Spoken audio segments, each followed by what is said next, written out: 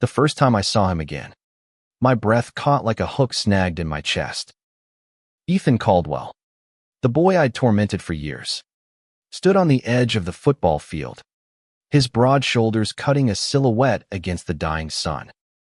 I was 28 now, a history teacher at Willow Creek High, but the shame of my teenage cruelty flooded back like a tidal wave.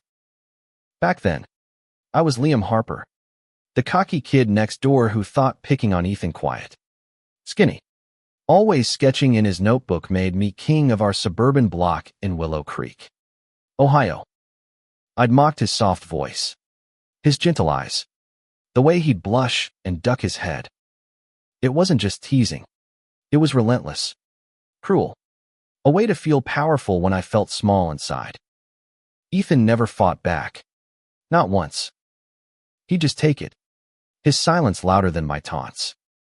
By senior year, he moved away, and I thought I'd buried that guilt in the past. But now, here he was, Coach Caldwell, the new football coach, all muscle and confidence, striding across the field like he owned it. I stood frozen by the bleachers, my lesson plans tucked under my arm, watching him bark orders at the team. His voice, once timid, now carried authority, and his blue eyes, once hidden behind glasses, scanned the field with purpose. My heart pounded, not just from the shock of seeing him, but from something deeper, something I'd never dared name. I'd spent years convincing myself I was straight, that the flutter in my chest around certain guys was nothing. But Ethan's presence ripped that lie apart. Harper.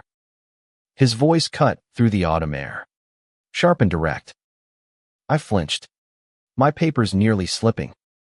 He'd seen me. No running now. He jogged over, his whistle bouncing against his chest, and I braced myself for the confrontation I deserved. "Didn't expect to see you here," he said, his tone unreadable, those eyes locking onto mine. Up close, he was even more striking, taller, stronger, his jawline sharp enough to cut through my defenses. "I teach here now," I stammered, hating how small I sounded. "History just started this year." I waited for the accusation, the anger, but Ethan just nodded, his expression guarded. "Small world," he said, then turned back to the field, dismissing me. That was it. No reckoning. No demand for an apology. I should have been relieved. But instead, my stomach twisted with something worse, regret, mixed with a pull toward him I couldn't explain. The next few weeks were torture. Ethan was everywhere, coaching after school, striding through the halls, his laugh echoing in the staff room. I avoided him, but Willow Creek was small, and the past clung like damp leaves. I'd catch myself watching him, noticing the way his sleeves hugged his arms, the way he encouraged his players with a warmth I'd never known him to have. Each glance felt like a betrayal of the kid I'd hurt, yet I couldn't stop. My nights were restless, haunted by memories of my taunts and the way his eyes used to dim. Worse, I started dreaming of him, his hands, his voice, his gaze holding mine in ways that left me breathless when I woke. One evening, I stayed late grading papers in my classroom, the school quiet except for the hum of the janitor's vacuum. A knock startled me. Ethan stood in the doorway, still in his coach's gear, a folder in hand. "You dropped this in the parking lot," he said, tossing my lesson planner onto my desk. His tone was neutral, but his presence filled the room, making it hard to breathe. "Thanks," I mumbled, my face burning. I waited for him to leave, but he lingered, leaning against the doorframe, his arms crossed. The silence stretched, heavy with unspoken history. "Why'd you do it, Liam?" he asked finally, his voice low, not angry but searching. "Back then, why me?" My throat tightened. I'd rehearsed apologies in my head for years, but now, with him standing there, the words felt hollow. I was a stupid kid, I said, my voice cracking. I was scared, insecure. You were different, quiet. It made you an easy target. I forced myself to meet his gaze. I'm sorry, Ethan. I've regretted it every day since. He studied me, his expression unreadable. You think an apology erases it? He asked, not cruelly, but with a weight that pinned me to my chair. You made my life hell, Liam. Every day, I dreaded seeing you. I wanted to sink into the floor. I know, I whispered. I was a coward. I don't expect forgiveness. Ethan's jaw tightened, and for a moment, I thought he'd walk out. Instead, he stepped closer, his voice softer. I used to think about what I'd say if I ever saw you again. How I'd make you feel what I felt. But seeing you now. He paused, his eyes searching mine. You're not that kid anymore, are you? I shook my head, my chest aching. No. But that doesn't undo what I did. He nodded slowly, then turned to leave. At the door, he stopped. I'm not that kid anymore either, Liam. Remember that. And then he was gone, leaving me with a heart pounding too fast and a truth I couldn't ignore. I was falling for the man I'd once broken. The weeks that followed were a blur of stolen glances and awkward encounters. I'd see Ethan at staff meetings, his confidence unshaken, while I fumbled through small talk, desperate to bridge the gap between us. I started volunteering to help with the football team's paperwork, just to be near him, to prove I wasn't the monster I used to be. He noticed, offering me small nods of acknowledgement, but the distance remained. One rainy afternoon, the team's practice was canceled, and I found Ethan alone in the gym, organizing equipment. I hesitated, then grabbed a stack of cones to help. We worked in silence, the rain drumming on the roof, until he spoke. You don't have to do this. You know. Prove yourself. I want to, I said, my voice barely above a whisper. I need to. He set down a bag of footballs, his eyes meeting mine. Why? Liam. Why now? I swallowed hard, the truth clawing its way out. Because I see you. Not the kid I hurt, but you. And I can't stop thinking about you. My voice broke, and I looked away, terrified of what I'd just admitted. Ethan didn't speak for a long moment. Then, softly, he said, You're not the only one who's been thinking. My head snapped up, hope and fear colliding. What do you mean? He stepped closer, his voice low. I mean, I see you too, Liam. But this. It's complicated. You hurt me. Badly. And I'm not sure I can trust you yet. I get that, I said, my heart racing. But I'm here. I'm trying. He nodded, his eyes softening. I know. And maybe that's a start. That moment in the gym lingered like a spark in dry grass, threatening to ignite something I wasn't ready to name. Ethan's words, I see you too, echoed in my mind, but the weight of his hesitation kept me grounded. Trust was a fragile thing, and I'd shattered it once. Rebuilding it would take more than confessions in a rainy gym. Willow Creek High became a battlefield of emotions. I threw myself into my work, hoping to distract myself from the pull I felt toward Ethan. My students noticed my distraction, their whispers following me down the halls. Mister, Harper's got it bad, one kid muttered, and I pretended not to hear. But they weren't wrong. Every time Ethan passed my classroom, my pulse spiked, and I'd fumble my chalk or trip over a lesson plan. He was a magnet, and I was helpless. One Friday, the school hosted a pep rally for the upcoming homecoming game.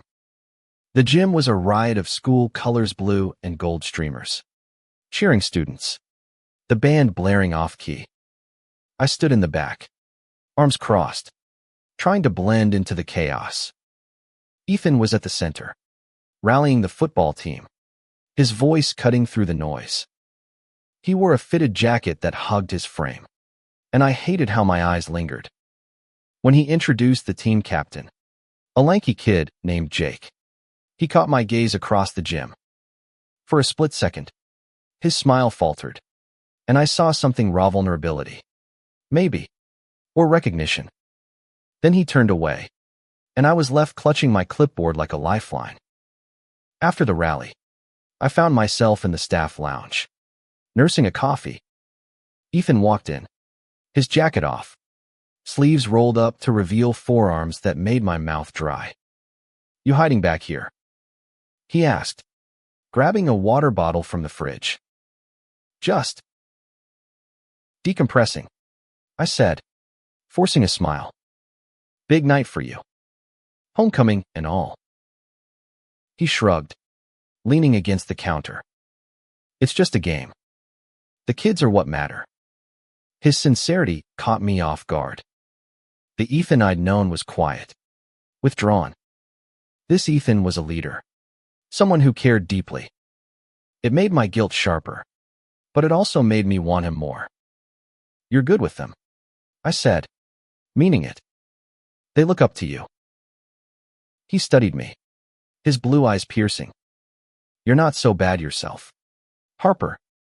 I've seen you with your students. You're patient. It's surprising." I laughed, a bitter edge to it. "Yeah, well, I've had a lot of practice trying to be better." His expression softened, and he stepped closer, lowering his voice. "You keep saying that you're trying. What are you trying for, Liam?" My heart thudded. I wanted to say, "For you. For us." But the word stuck. Instead, I said, "To make things right. To be someone who doesn't hurt people." Ethan nodded, but there was a flicker of disappointment in his eyes. "That's a start," he said, echoing his words from the gym. Then he left, and I cursed myself for not being braver. The homecoming game was a spectacle. Willow Creek hadn't won a championship in years, but Ethan had turned the team around. The stands were packed, the air electric with hope. I sat in the bleachers, surrounded by parents and students, feeling like an outsider in my own town. Ethan was a force on the sidelines, calling plays with precision, his focus unbreakable. When the team scored the winning touchdown, the crowd erupted, and I found myself cheering, caught up in the moment. Ethan's grin was infectious, and for a second, our eyes met across the field. I swore I saw something like pride in his gaze. But then he was swarmed by players, and I was alone again. After the game, I lingered in the parking lot, debating whether to congratulate him. Before I could decide, Ethan appeared, his duffel bag slung over his shoulder. "You stayed," he said, surprised. "Couldn't miss it," I replied, shoving my hands in my pockets. "You were amazing out there." He smiled, a real one this time, and my chest ached. "Thanks, Liam. Means a lot." He hesitated, then added, "You want to grab a drink? Celebrate the win." I froze. Was this an olive branch? A test? "Sure," I said, too quickly. "Where?" "There's a bar downtown.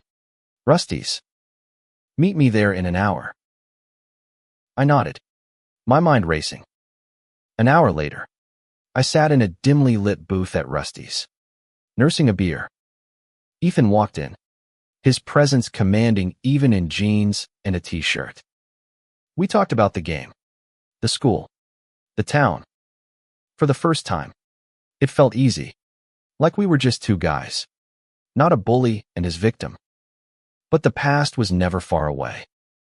As the night wore on, Ethan leaned forward, his voice low. You know, I used to hate you. Like, really hate you. But sitting here, I don't know. I see someone trying to be better, and I want to believe it. I am, I said, my voice raw. I swear, Ethan, I'm not that guy anymore. He held my gaze, searching for something. Prove it, he said softly. Not to me.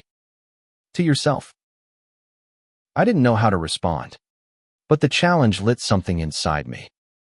I wanted to prove it not just to him, but to the part of me that still felt like that cruel kid. As we left the bar, the night air cool against my skin, I realized I was in deeper than I'd ever been. Ethan wasn't just the boy next door anymore. He was the man who could break me or save me. Rusty's became our unspoken ritual. Every Friday after a game, we'd meet there, sharing beers and stories, carefully skirting the past. Ethan talked about his college years, how he'd bulked up, found confidence in sports, and come out as gay in his 20s. I listened, hanging on every word, marveling at the man he'd become. I wanted to share my own truth that I was questioning everything I thought I knew about myself, but fear kept me silent. What if he saw it as a ploy? A way to erase my guilt? At school, we kept things professional, but the air between us crackled. Students started noticing, their whispers growing bolder. Coach and Mr.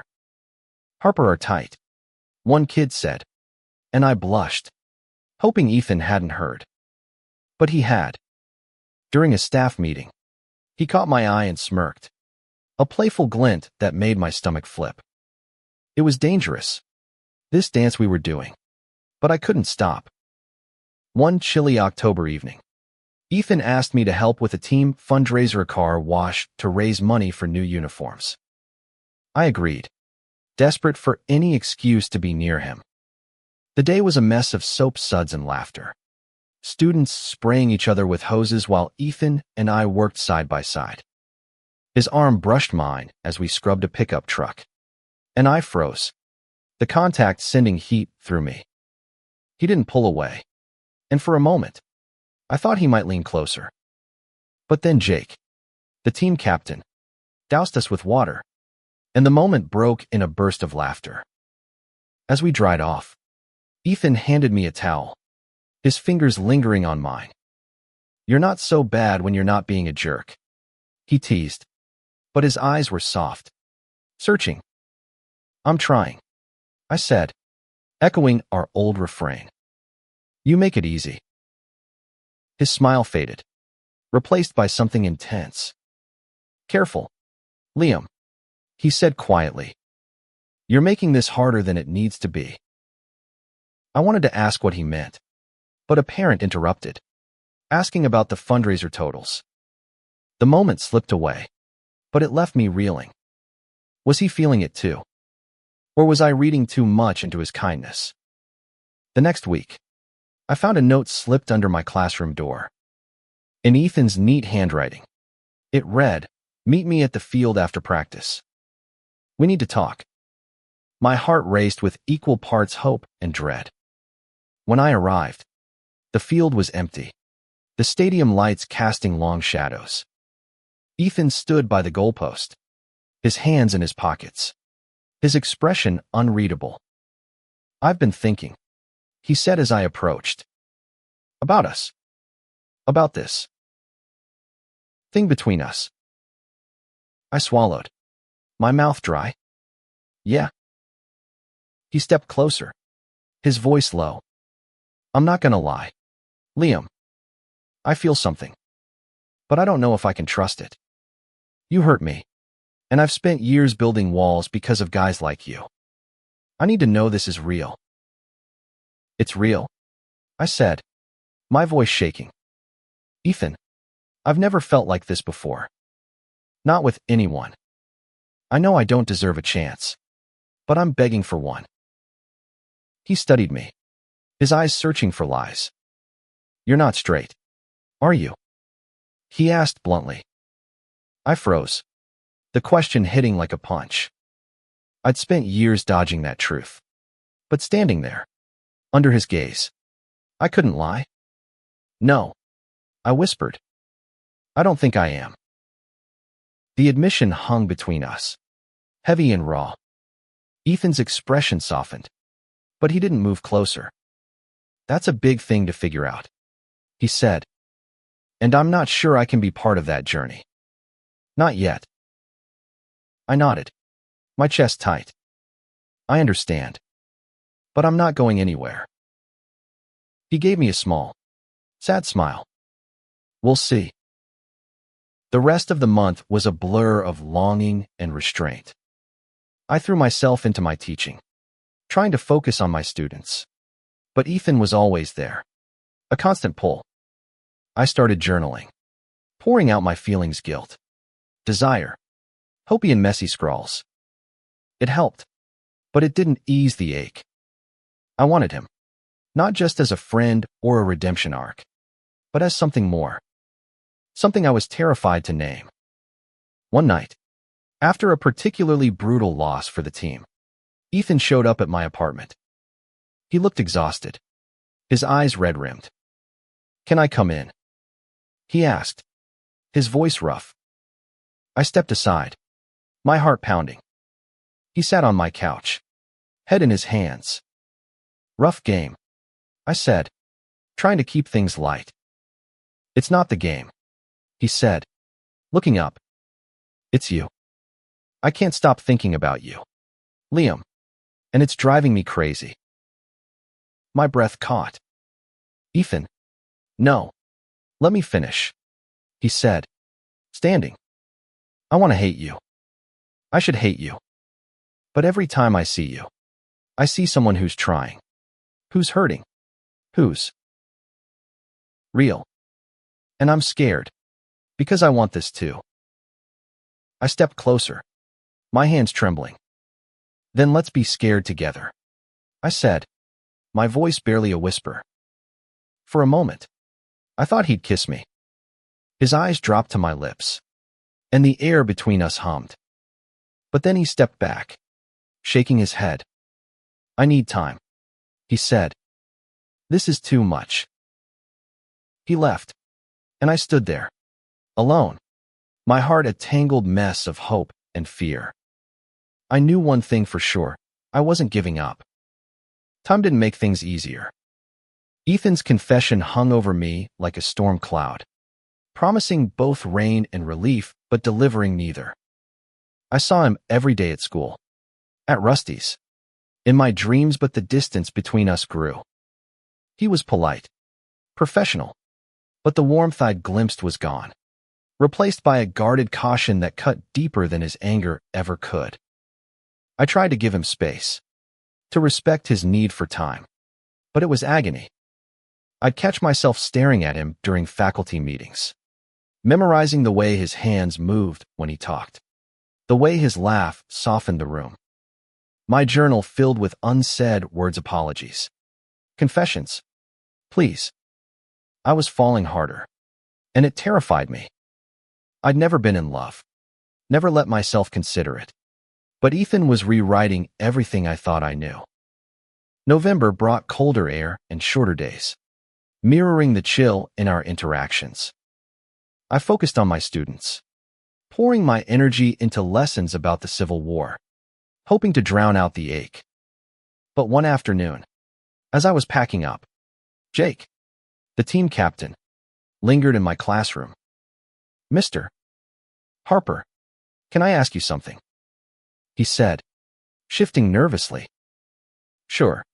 Jake. What's up? He hesitated, then blurted, Are you and Coach Caldwell like a thing? I froze, my heart hammering. What? No, we're just colleagues. The lie tasted bitter. Jake shrugged, unconvinced. Just seems like you guys are close. And, some of us think it's cool. You know, if you were. I stared at him, stunned. Willow Creek wasn't exactly a bastion of progressivism. Thanks, Jake, I said finally. But it's not like that. He nodded and left, but his words stayed with me. If students were noticing, how long before the rumors spread? And what would that mean for Ethan, who'd worked so hard to build his life here? That night, I found myself at Rusty's, alone, staring into my beer. Ethan hadn't shown up, and I couldn't shake the feeling that I'd pushed him too far. When my phone buzzed, I jumped, hoping it was him. Instead, it was a text from my sister, Claire, who lived in Cleveland. You okay? You've been weird lately. I typed back, just figuring some stuff out. I didn't elaborate. Claire was the only person I'd ever told about my doubts, my attraction to guys. She'd been supportive, but I wasn't ready to admit how deep I was in with Ethan. The next day, I saw Ethan in the parking lot, loading equipment into his truck. I took a deep breath and approached. Hey, can we talk? He glanced at me, his expression wary. About what? Us, I said, my voice steady despite the knot in my stomach. I know you need time, but I can't keep pretending I don't feel this. I'm in love with you, Ethan. And I know I don't deserve you, but I'm asking for a chance to try. His eyes widened, and for a moment, I thought he'd shut me down. But then he sighed, running a hand through his hair. Liam, you don't get it. It's not just about the past. It's about me. I've been burned before by guys who weren't sure, who weren't out. I can't go through that again. I'm sure, I said, stepping closer. I'm terrified, but I'm sure. I want this. I want you. He looked at me, his walls cracking. You're asking a lot, he said softly. But I'm not saying no. It wasn't a yes, but it was enough. I nodded, my heart pounding. I'll wait, however long it takes. The weeks before Thanksgiving were a delicate dance. Ethan started opening up again. Small gestures that felt like Victoria's smile in the hall. A shared joke at Rusty's. I came out to Claire over the phone, my voice shaking as I told her about Ethan. I'm proud of you, she said, and I cried, the weight of hiding finally lifting. One evening, Ethan invited me to his place for dinner. It was the first time I'd seen where he lived, a small, cozy apartment filled with books and sketches, a reminder of the boy he'd been. We cooked together, bumping shoulders in his tiny kitchen, and it felt so normal, so right, that I almost forgot the years between us. As we ate, he told me about his life after Willow Creek, how he'd struggled with his identity, how coming out had cost him friends but gained him freedom. I listened, aching for the pain he'd endured, some of it because of me. I wish I'd been better, I said, my voice thick. I wish I'd seen you then. He reached across the table, his hand covering mine. You see me now, he said, and my heart stopped. We didn't kiss that night, but we talked until dawn, unraveling years of hurt and hope. When I left, the air felt lighter, like we'd turned a corner. I wasn't naive enough to think it was fixed, but it was a start, a real one. Winter settled over Willow Creek, blanketing the town in snow and silence. My relationship with Ethan was a fragile thing, like ice on a pond, beautiful but unsteady. We spent more time together, stealing moments at school, meeting at Rusty's, or cooking at his place. Each interaction felt like a step forward, but the past was a shadow we couldn't outrun. I started coming out to more people, first Claire, then a few close colleagues. The reactions varied. Some were supportive, others awkward, but the weight of honesty was liberating. I wanted Ethan to see I was serious, that I wasn't hiding anymore. But he was cautious, his trust hard won. I couldn't blame him. I'd broken him once. He wasn't going to hand me his heart easily. One snowy evening, we walked through town after dinner, the streets glowing under Christmas lights. Ethan was quiet, his hands deep in his coat pockets. "You ever think about leaving Willow Creek?" he asked suddenly. I glanced at him, surprised. "Sometimes. But this is home." "You?" He shrugged. "I left once. Thought I'd never come back. But there's something about this place. It pulls you in." "Yeah," I said, my breath visible in the cold. "Or maybe it's the people." He looked at me, his eyes softening. "Maybe." We stopped by the town square, where a Christmas tree stood, its lights reflecting in the snow. Without thinking, I reached for his hand. He didn't pull away, but his grip was tentative, like he was testing the waters. "This is new for me," he said quietly. "Being open. Here." "I know," I said, squeezing his hand. "I'm trying to make it easier." He smiled, a small, genuine thing that warmed me more than any fire. "You're doing okay," he said, and my heart soared. But small towns talk, and Willow Creek was no exception. By January, rumors about us were spreading. Parents whispered at school board meetings, and some students grew bolder, asking pointed questions. "Are you and Coach dating?" One girl asked during class, her tone more curious than cruel. I deflected, but the scrutiny was suffocating. Ethan felt it too. One night at Rusty's, he was quieter than usual, his jaw tight. "People are talking," he said, staring into his beer. "The principal pulled me aside today. Said some parents are concerned about my influence." My stomach dropped.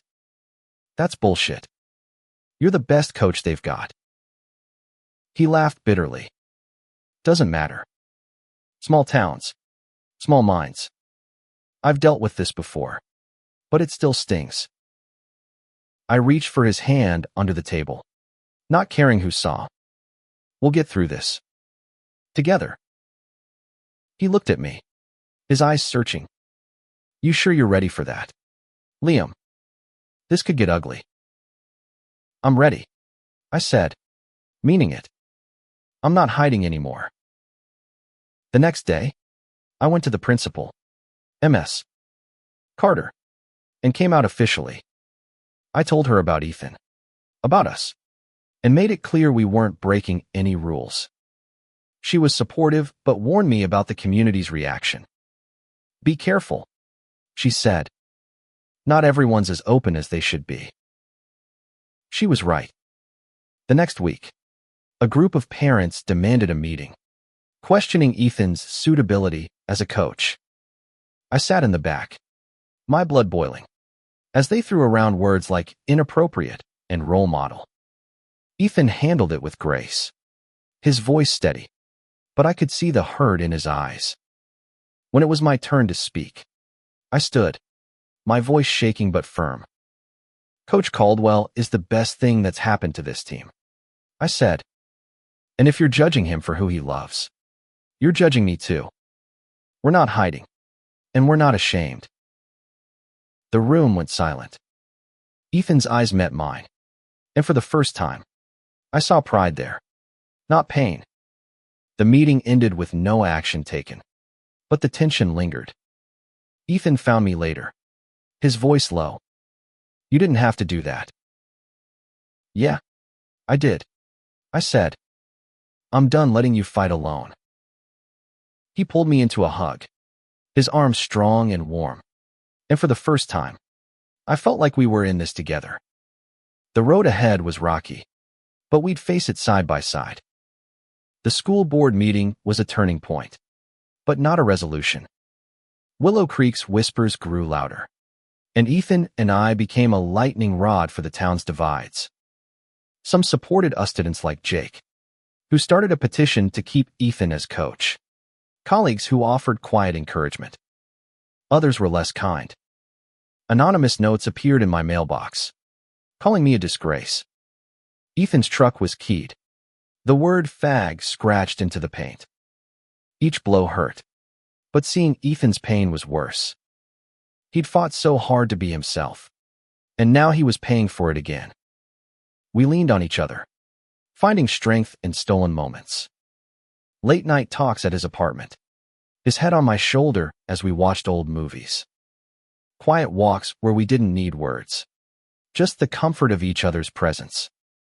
I was falling deeper, and I knew he was too, but fear kept us from crossing that final line. No kisses, no confessions of love, just a growing bond that felt both inevitable and fragile.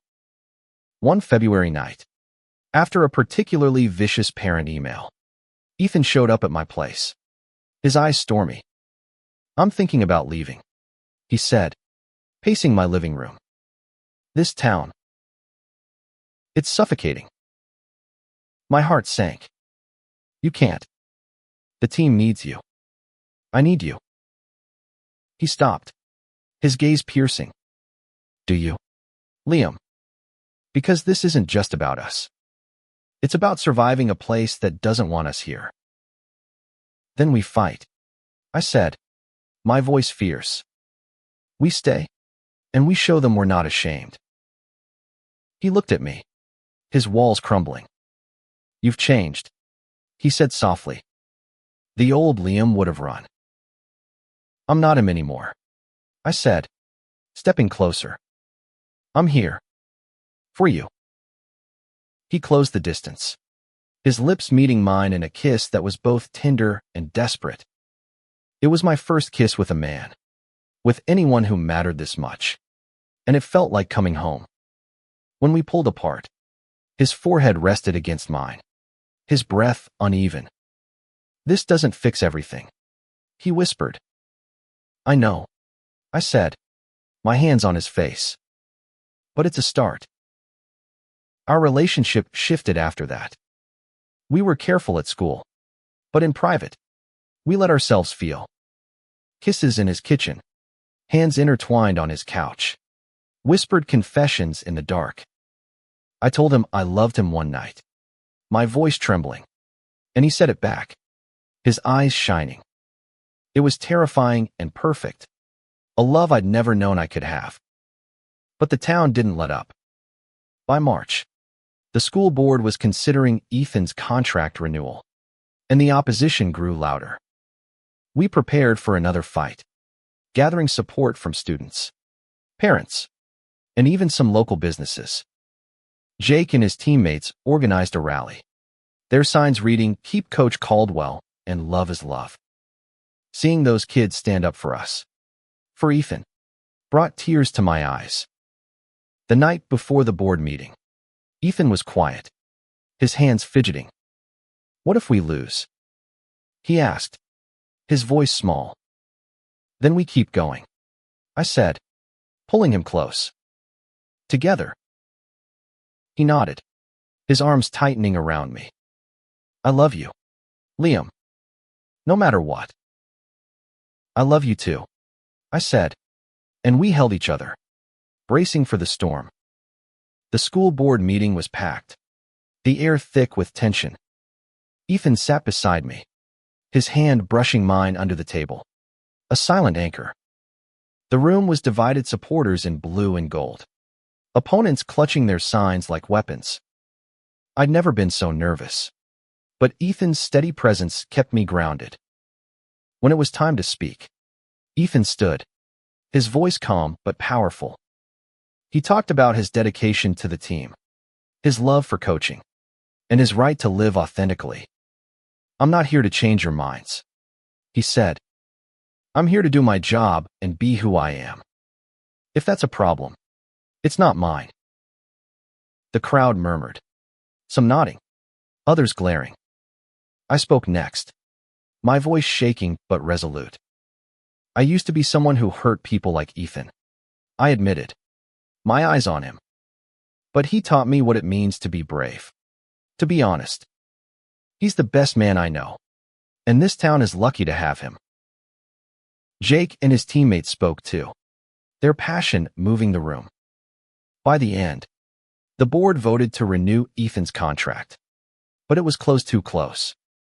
We'd won, but the victory felt fragile, like we were still on trial. Afterward, we celebrated at Rusty's, surrounded by supporters. Ethan's smile was brighter than I'd ever seen, and when he kissed me in front of everyone, the bar cheered. It was a moment of triumph, but I knew the fight wasn't over. Willow Creek was changing, but slowly. In the weeks that followed, we settled into a new normal. We were open about our relationship, holding hands at school events, ignoring the occasional dirty look. Ethan's team made it to the state playoffs, and I was there for every game, cheering louder than anyone. Our love grew stronger, built on trust and shared battles. One spring evening, we sat on my porch, watching the sunset. Ethan turned to me, his eyes soft. "I used to think I'd never forgive you," he said. "But now, I'm glad you're here. I'm glad you gave me a chance," I said, kissing him gently. "I'll spend the rest of my life making it up to you." He smiled, pulling me close. "You already are." Spring bloomed in Willow Creek, and with it, a fragile hope. Ethan and I were no longer just surviving, we're building something real. Our mornings started with coffee in his kitchen, our evenings with walks through town, unafraid of who saw us. The scars of the past remained, but they were fading, softened by love and time. The state playoffs were a whirlwind. Ethan's team fought hard, and when they won the championship, the town erupted in pride. Ethan was a hero, and I was his biggest fan, standing in the stands with tears in my eyes as he lifted the trophy. That night, we celebrated at Rusty's, the bar packed with players, parents, and supporters. Jake proposed a toast to Coach and Mr. Harper, and the room roared, glasses raised high. For the first time, I felt like we belonged. But life wasn't perfect. Some parents still whispered, and the occasional slur still stung. We faced it together, leaning on our community, Jake, Claire, MS, Carter, and others who'd become our family. I kept teaching, pouring my heart into my students, while Ethan coached with a passion that inspired everyone. One summer day, we drove to the lake outside town, just the two of us. We sat on the shore, the water lapping at our feet, and Ethan took my hand. "I want to stay here," he said. "With you. Build a life." My heart swelled. "I want that too," I said, my voice thick. "Forever." He kissed me, slow and deep, and I knew we'd made it through the worst. I'd been the boy who hurt him, but now I was the man who loved him, and that was enough. Years later, we'd look back on Willow Creek as the place where we found each other not just in love, but in redemption. We'd tell our story to kids like Jake, to anyone who needed to hear it, that shame could turn to strength, that love could heal even the deepest wounds. Ethan and I weren't perfect, but we were proof that second chances were real, and that was a story worth telling.